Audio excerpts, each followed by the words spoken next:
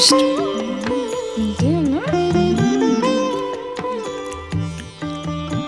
अब नहीं माता, मेरा उदर कंठ तक भर गया है। अब मैं एक भी मोदक नहीं खा सकता। मयूरेश्वर अवतार धारण करने के पश्चात तुम्हारी भूख दिन प्रतिदिन कम होती जा रही है पुत्र। नहीं माता, भूख से मैं कभी समझौता नहीं करता। आवश्यकता से भी अधिक खा जाता हूँ। इसी कारण भैया के संग खेलते समय मुझे नींद आने लगती है।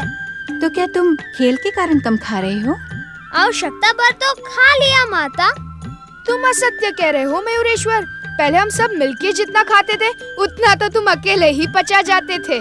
पुत्र कार्तिकेय, किसी का भोजन मापना उचित नहीं है। एक और मोदक खा लो। क्षमा करें माता, अब मैं और नहीं खा सकता। भैया कार्तिकेय, यदि आपका भोजन समाप्त हो गया हो तो चलो एक दूसरे को पकड़ने का खेल खेलते हैं। मैं भागता हूँ और तुम सब मुझे पकड़ो। चलो चलो चलो।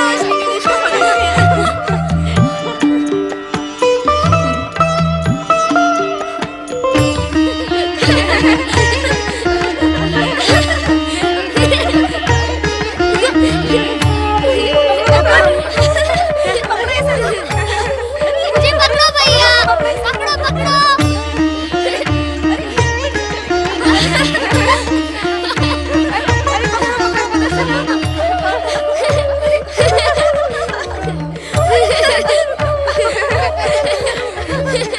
देवी पार्वती, मयूरेश्वर अवतार धारण करने के पश्चात हमारा पुत्र पहले से भी अधिक दिव्य और प्रिय हो गया है।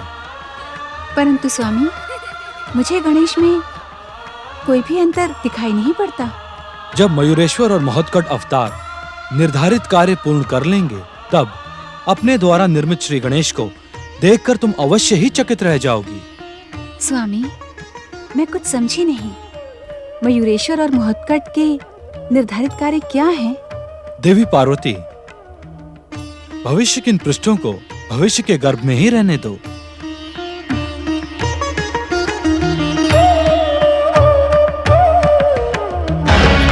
मैं दैत्यों की असफलता को क्षमा नहीं कर सकती। दैत्य जाति में क्षमा का कोई स्थान नहीं होता।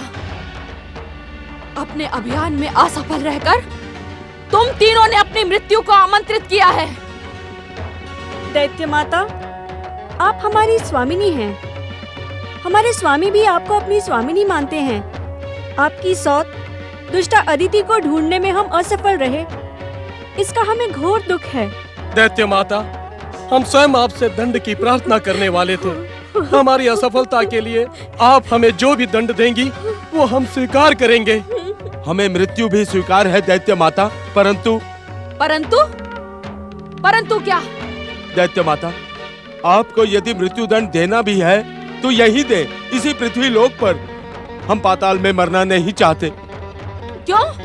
क्योंकि पाताल में मृत्यु को प्राप्त होकर भी हमें मुक्ति नहीं मिलेगी दैत्य माता। मुक्ति की चिंता करने वाले मूर्खों, तुम मुक्त तो तब होगे जब मैं तुम्हें मुक्ति दूंगी। हम कुछ समझे नहीं दैत्य माता। ना ही मैं तुम्हें पाताल लोक भेज रही हूँ और ना ही मृत्यु दंड दे रही हूँ। तुम्हें यही मेरी सेवा में रहना होगा। किंतु दैत्य माता दिति को कार्यों में असफलता प्रिय नहीं है। इस कारण मैं तुम्हें दंडित अवश्य करूंगी। नारायण नारायण, अर्थात ये तीनों दैत्य माता दिति के सेवक हैं और दिति ने ही इन तीनों को देवी अदिति के आश्रम की खोज में भेजा होगा। नारायण नारायण।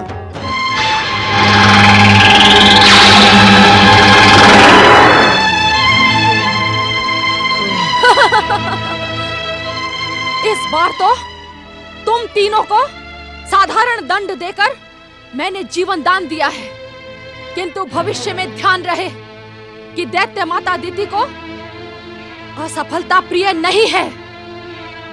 मैं दुष्ट अदिति को दंडित करने जा रही हूँ। अब तुम तीनों का दंड समाप्त हुआ, किंतु तुम तीनों को यहीं रहकर आश्रम की रक्षा करनी होगी।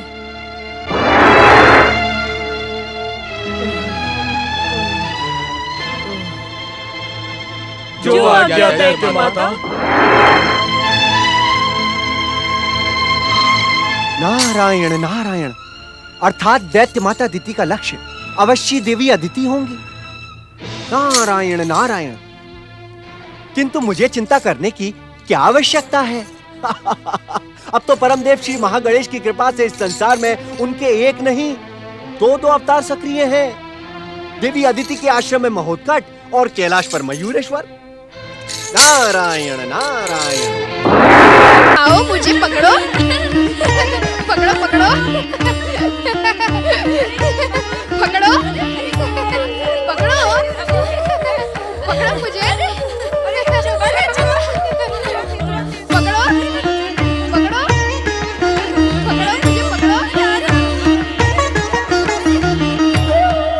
पकड़ो मुझे, पकड़ो पकड़ो पकड़ो पकड़ो पकड़ो पकड़ो पकड़ो मुझे।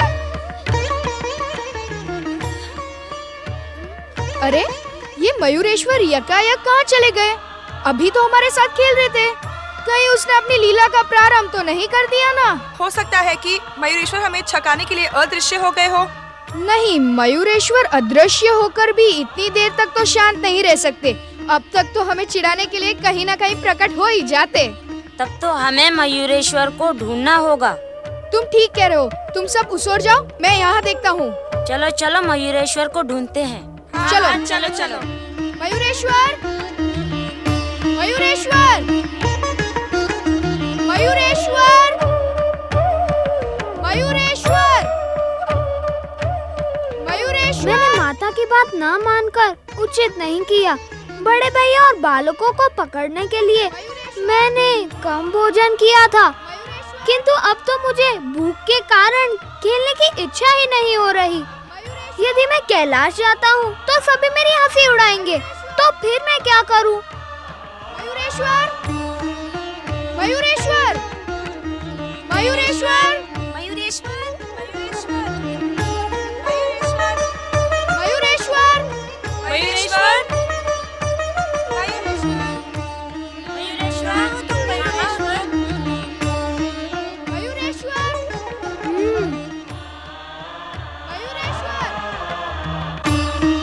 मयूरेश्वर, बड़े भैया मयूरेश्वर नहीं मिले। तो चलो उस ओर देखते हैं।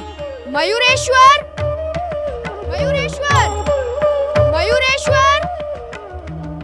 अरे मयूरेश्वर, ये क्या तुम यहाँ छुपकर माटी खा रहे हो?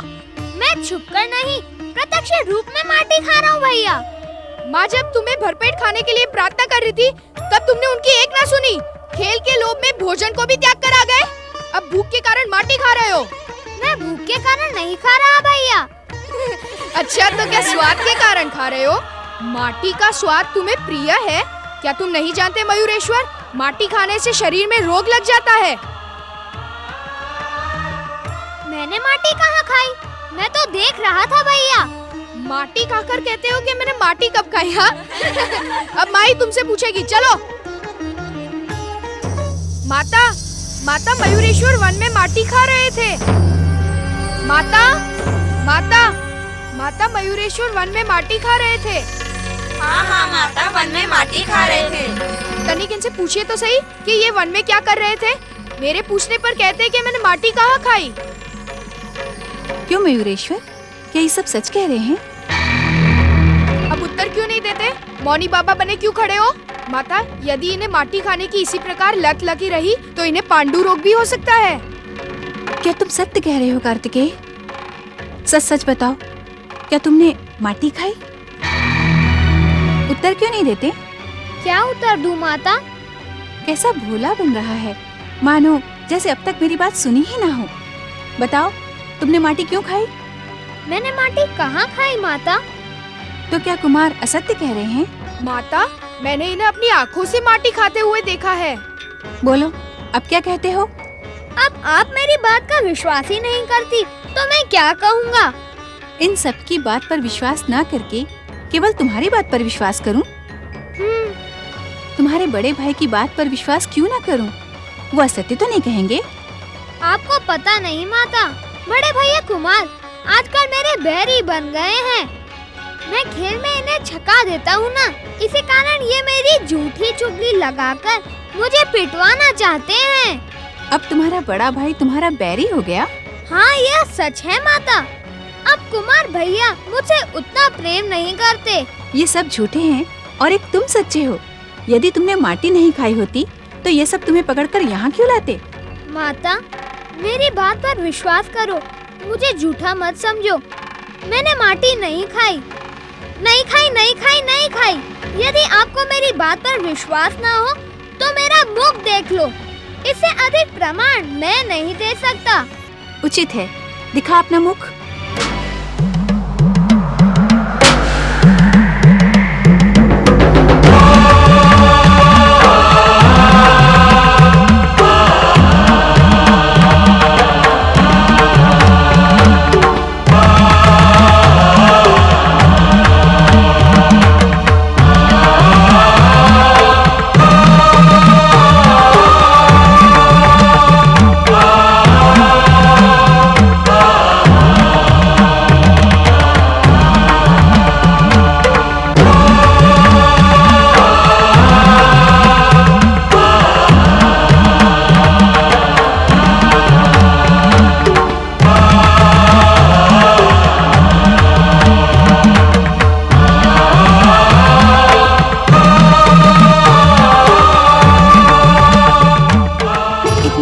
है गणेश।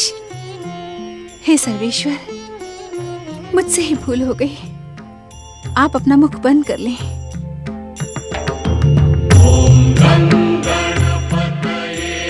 भैया कार्तिकेय का कहना सच है माता। मैंने वन में माटी खाई थी, मुझे भूख लग रही थी। आप क्रोधित ना हो, इसी कारण मैं तुम्हारा स्वभाव अच्छी तरह जानती हूँ। तुम मयूरेश्वर बन जाओ अथवा कुछ और, मेरे लिए तो गणेश ही रहोगे। अपनी चतुराई से तुम सबको निरुत्तर कर देते हो। भैया मयूरेश्वर, बातों ही बातों में तुमने हमें ब्रह्मांड के तो दर्शन करवा दिए, किंतु ये तो बताओ कि तुमने माटी ही क्यों खाई? ऐसा ही प्रश्न पहले भी पूछा गया था। पहले? किससे? परम देव श्री महागणेश से। क्या प्रश्न पूछा गया था मयूरेश्वर? सृष्टि के निर्माण के समय जब परम देव ने मानव का निर्माण किया, तब शुभ शक्तियों ने पूछा था कि मानव का निर्माण माटी से क्यों? तब परम देव श्री महागणेश ने क्या उत्तर दिया था? परम देव श्री महागणेश ने कहा था कि माटी ही एक ऐसा पदार्थ है जिसमें जीवन की सभी संभावना है। स्वर्ण, रजत और धातु तो जड़ पदार्थ हैं। इनमें माटी जैसी उर्वरा शक्ति नहीं है।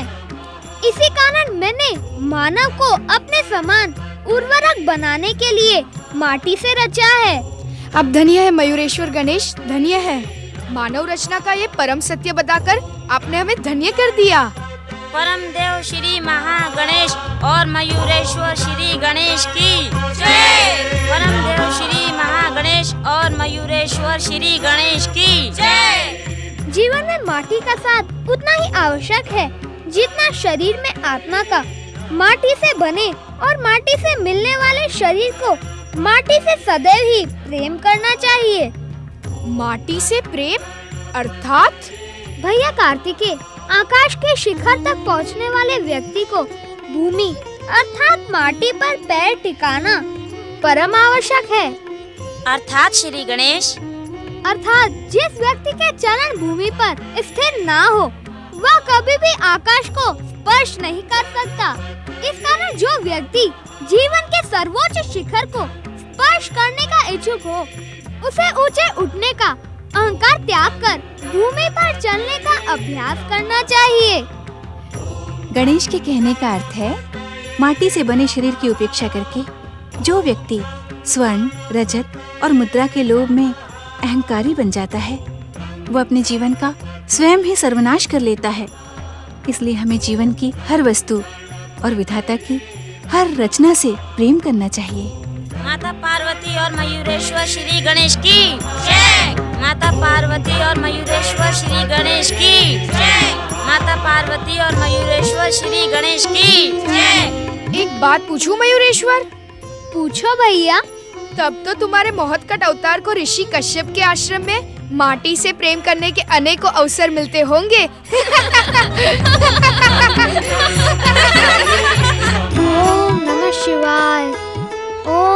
शिवाय। ओम नमः शिवाय। ओम नमः शिवाय। ओम नमः शिवाय। ओम नमः शिवाय। ओम नमः शिवाय।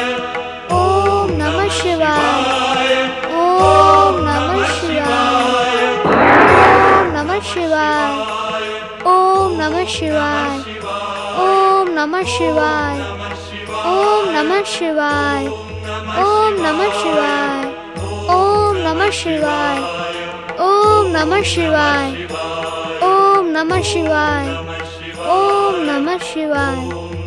ओम नमः शिवाय। ओम नमः शिवाय।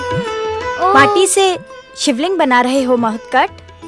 हाँ माता, मुझे इस प्रकार शिवलिंग बनाना प्रिय है। अच्छा, पहले कुछ फल खा लो, फिर जब तक जी चाहे तब तक शिवलिंग बनाना।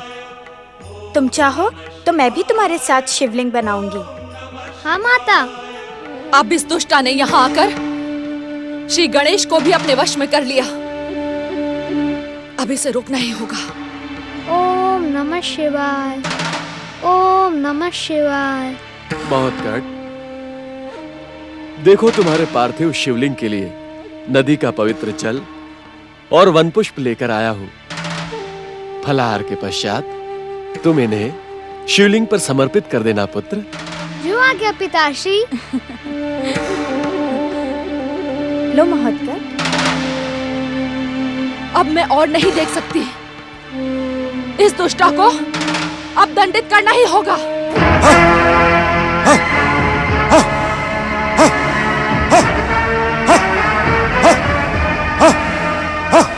लो महत्कट।